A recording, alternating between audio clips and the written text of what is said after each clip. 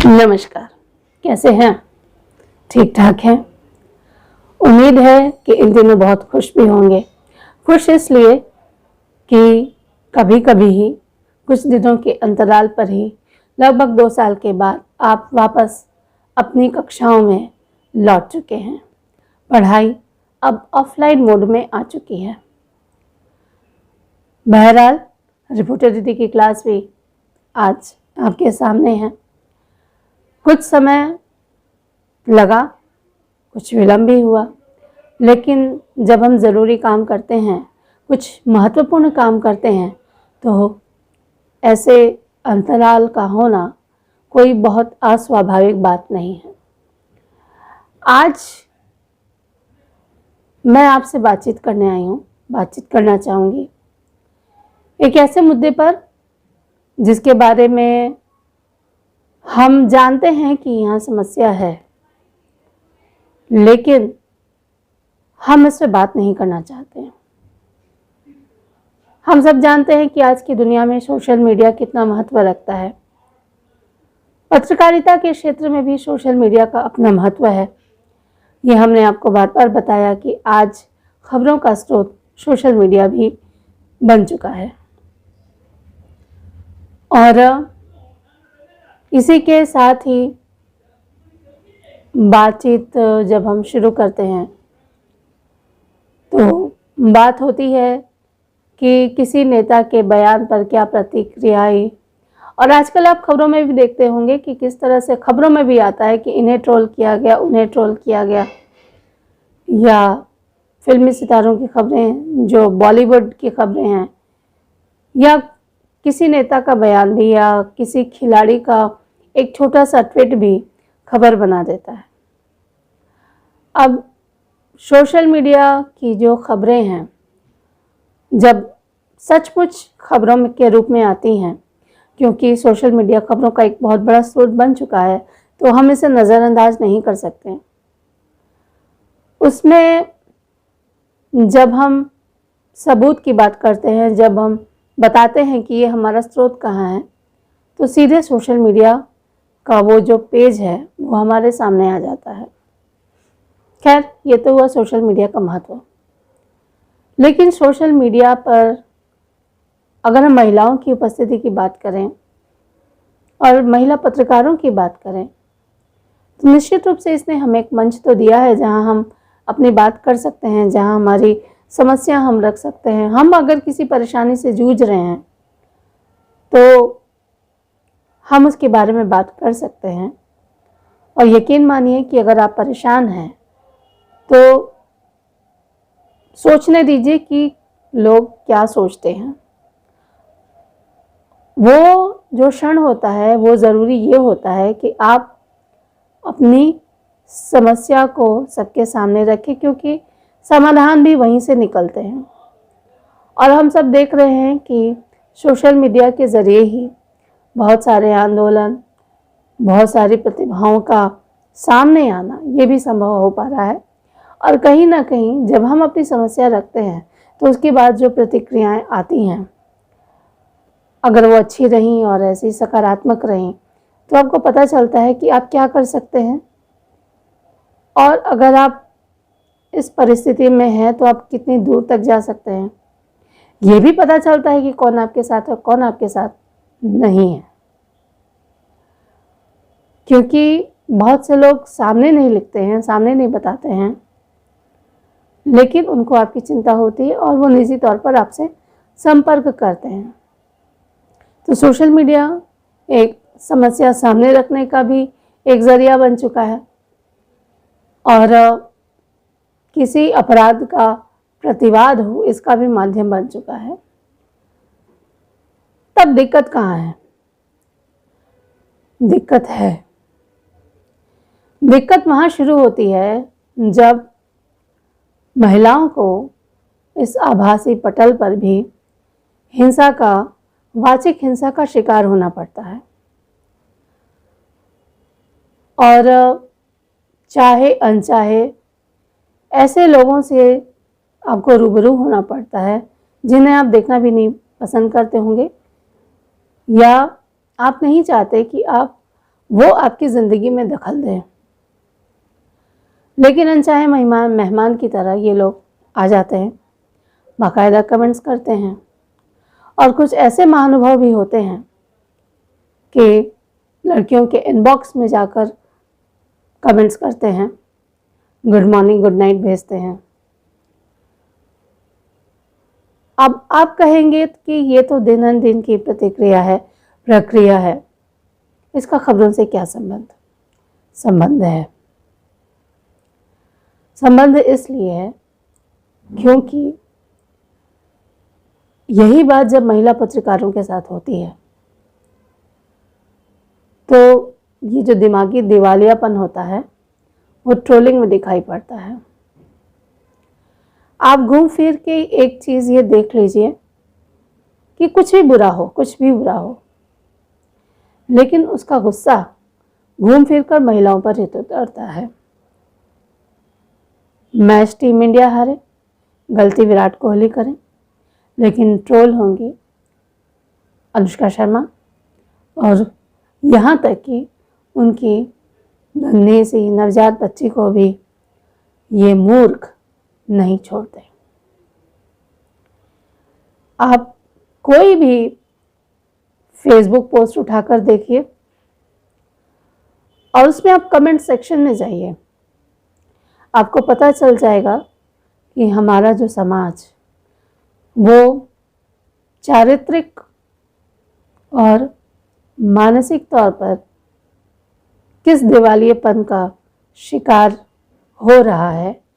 कुछ एक, या यूं कहें कि बहुत से ऐसे लोग हैं, और दुख की बात यह है कि अशिक्षित ही नहीं, शिक्षित पढ़े लिखे लोग भी ऐसी भाषा का उपयोग करते हैं। इन सारी प्रताड़नाओं के कारण और अनचाहे मित्रता अनुरोधों के कारण और इनबॉक्स के मैसेजेस से परेशान होकर होता क्या है, लड़कियां सोशल मीडिया से किनारा कर लेती हैं। 2-3 साल पहले की मैं बात बताऊं, मेरे ही कॉलेज में सोशल मीडिया पर एक सेमिनार था, मुझे भी वहाँ पे प्रस्तुति देनी थी और मैंने दी। उसके पहले मैंने एक सवाल किया कि कितनी लड़कियां हैं यहाँ पे जो कि सोशल मीडिया इस्तेमाल करती हैं, कितनी लड़कियां हैं जो फेसबुक, व्हाट्सएप, इंस्टाग्राम का उपयोग करती हैं।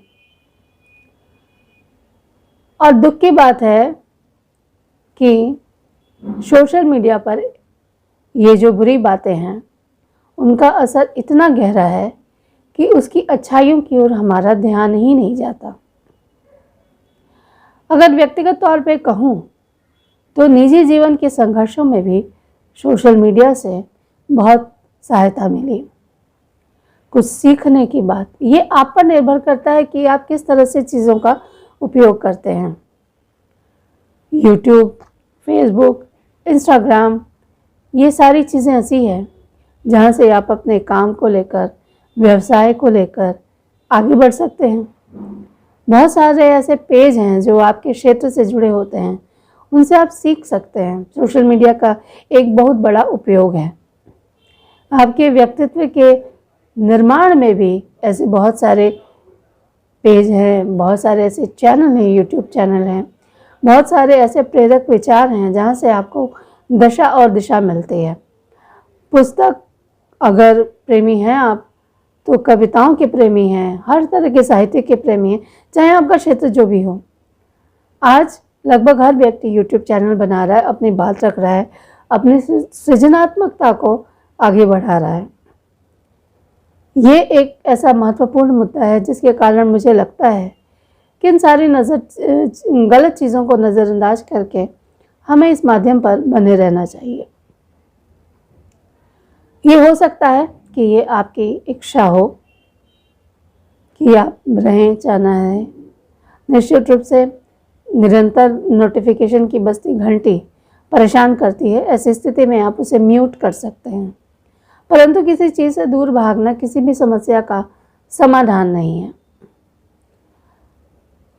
सोशल मीडिया पे जब भी हम खबर लें तो हमें बहुत कम अवसर रहता है कि हम उसकी बातों को सामने लाएं और उसके सच की पड़ताल करें। नतीजा क्या होता है कि आधे घंटे पहले हम जिस खबर को सही बताकर सामने ला रहे थे, आधे घंटे के बाद वही जो खबर है वो एक वायरल फर्जी खबर या वीडियो में तब्दील हो जाती है। यही कारण है कि प्रिंट मीडिया की जो विश्वसनीयता है बनी हुई है, लेकिन समस्या वही है क्योंकि प्रिंट मीडिया में भी अधिकतर लोग खबरों के लिए भी सोशल मीडिया पर निर्भर हैं। किसी एक चीज़ का सहयोग लेना, किसी एक चीज़ की सहायता लेना और पूरी तरह उस पर निर्भर हो जाना, इन दोनों चीज़ों में बहुत अंतर है। ऐसा होता है कि बहुत सारी वेबसाइट्स पे बहुत अच्छी सकारात्मक खबर है, अगर ऐसी खबरों को अगर आप सामने ले जाते हैं, प्रसार करते हैं, बहुत अच्छी बात है। लेकिन अगर कुछ सनसनीखेज हो, और माफ़ कीजिएगा, मैं तो देखती हूँ कि जितने भी फेसबुक पेज हैं, ख़ासतौर से जो इन्फ्लुएंसर हैं, जो स्टैंड अप कॉमेडियन हैं, जो खुद को कलाकार कहते हैं, उनकी भाषा इतनी अभद्र होती है कि आप सुनेंगे तो अपना सिर पीट लेंगे। पत्रकारिता की दुनिया में कम से कम प्रत्यक्ष स्तर पर इस तरह की भाषा की अनुमति नहीं है। लेकिन अब ये मीडिया को भी सोचना होगा कि वो किन खबरों को ले रहा है, किन खबरों को सामने ला रहा है। और सोशल मीडिया एक ऐसा माध्यम है जहां आपकी क्लास तुरंत लग जाती है, प्रतिक्रिया आपको तुरंत मिल जाती है। दुख इस बात का है कि इस नकारात्मकता में भी लोग पब्लिसिटी खोजते हैं, गालियों को भी वरदान मानते हैं और ट्रोलिंग को भी एक हिस्सा मान लिया गया है। बहुत ज़रूरी है कि सोशल मीडिया के इस तरह के जो गलत व्यवहार हैं, दुर्व्यवहार हैं, इस पर रोक लगाई जाए। अभी हाल में आपने देखा होगा कि किस तरह से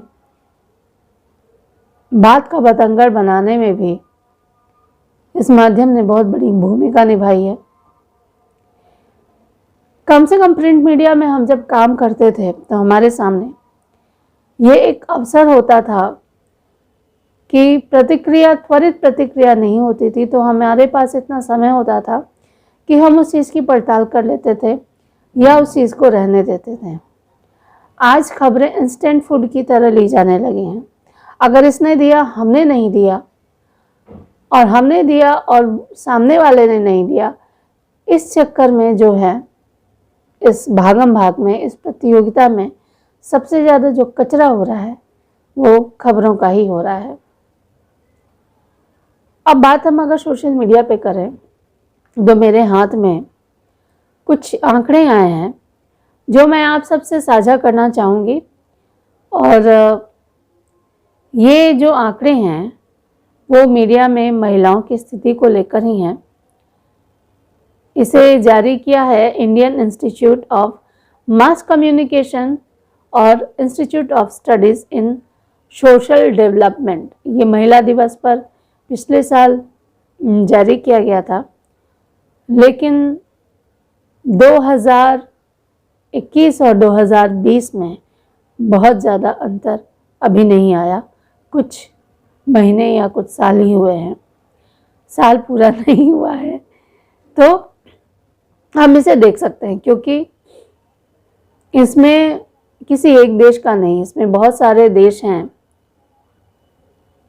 इनको शामिल किया गया है और इसका नाम है women for change building a gendered media in south Asia. मतलब दक्षिण एशिया की जो स्थिति है वो आपको पता चलती है, यानी भारत, पाकिस्तान, भूटान, श्रीलंका, बांग्लादेश, म्यांमार, नेपाल, मालदीव्स, अफगानिस्तान। अफगानिस्तान की स्थिति कितनी विकट है महिलाओं के लिए, ये हम देख रहे हैं।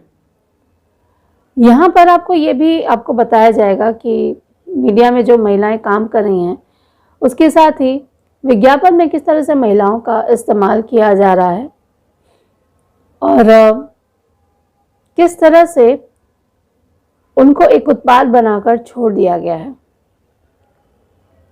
किस तरह से उनके व्यक्तित्व का पूरा निचोड़ उनके सौंदर्य पर लाकर रख दिया गया है। और उससे भी खतरनाक बात यह है कि इनमें से कुछ भी महिलाओं को असहज नहीं करता। अगर आप भाषा पे ध्यान दें, अखबारों की जो भाषा है वो किस तरह से, मैं हिंदी पत्रकारिता की बात कर रही हूँ और मैं हिंदी पत्रकारिता खास तौर से जो सिनेमा के क्षेत्र में है, और आप उनकी भाषा देखिए, मुझे कई बार आश्चर्य होता है हिंदी अखबारों, चैनलों और इन सब की भाषा को देखकर, ये कौन सी पत्रकारिता कर रहे हैं और ये जिस तरह की खबरें दे रहे हैं उनसे किस तरह का भला होगा, और ये महिलाओं की किस तरह की छवि प्रस्तुत कर रहे हैं, और ये हमारे महिला विमर्श को, स्त्री विमर्श को, हमारी सुरक्षा के लिए कितना घातक होगा। कलाकारों का काम है, वो पैसे कमाने के लिए करते हैं, करते रहेंगे, लेकिन उनको फ़ायदा तब तक नहीं होगा जब तक कि आप इसका प्रसार नहीं करेंगे। वो गलती कर रहे हैं, वो अपने बाज़ार को ध्यान में रखकर कर रहे हैं, और आप उनके बाज़ार को अपने स्तंभों के माध्यम से जगह दे रहे हैं, और इस बेशर्मी से जगह दे रहे हैं कि जिसकी कोई तुलना ही नहीं की जाए तो अच्छा है। एक समय था जब बॉलीवुड में पत्रकारिता का मतलब था कि अच्छी फिल्में, अच्छे अभिनय, अच्छे शोधपरक आलेख सुनने को मिलते थे, देखने को मिलते थे, पढ़ने को मिलते थे।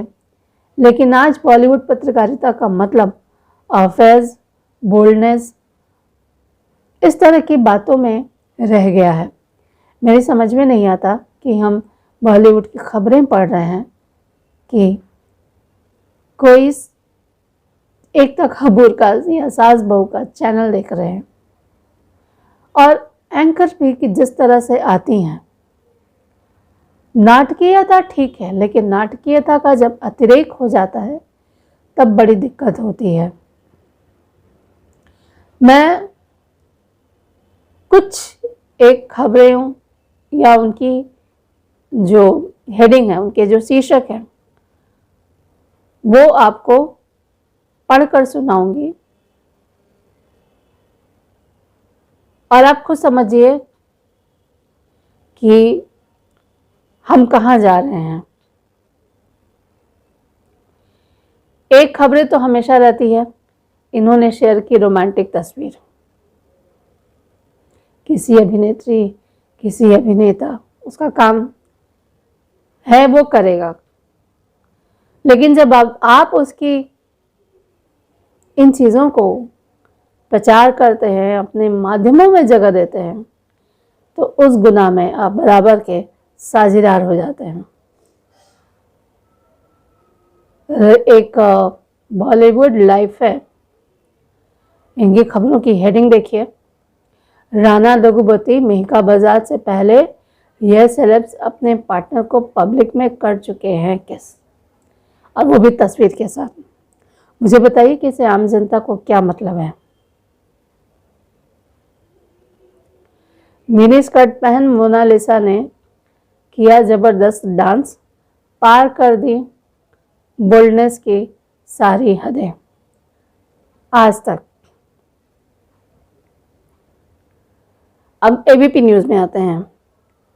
कार्तिक आर्यन की बर्थडे पार्टी में लगा हसीनाओं का मेला, एक से एक ग्लैमरस अंदाज में।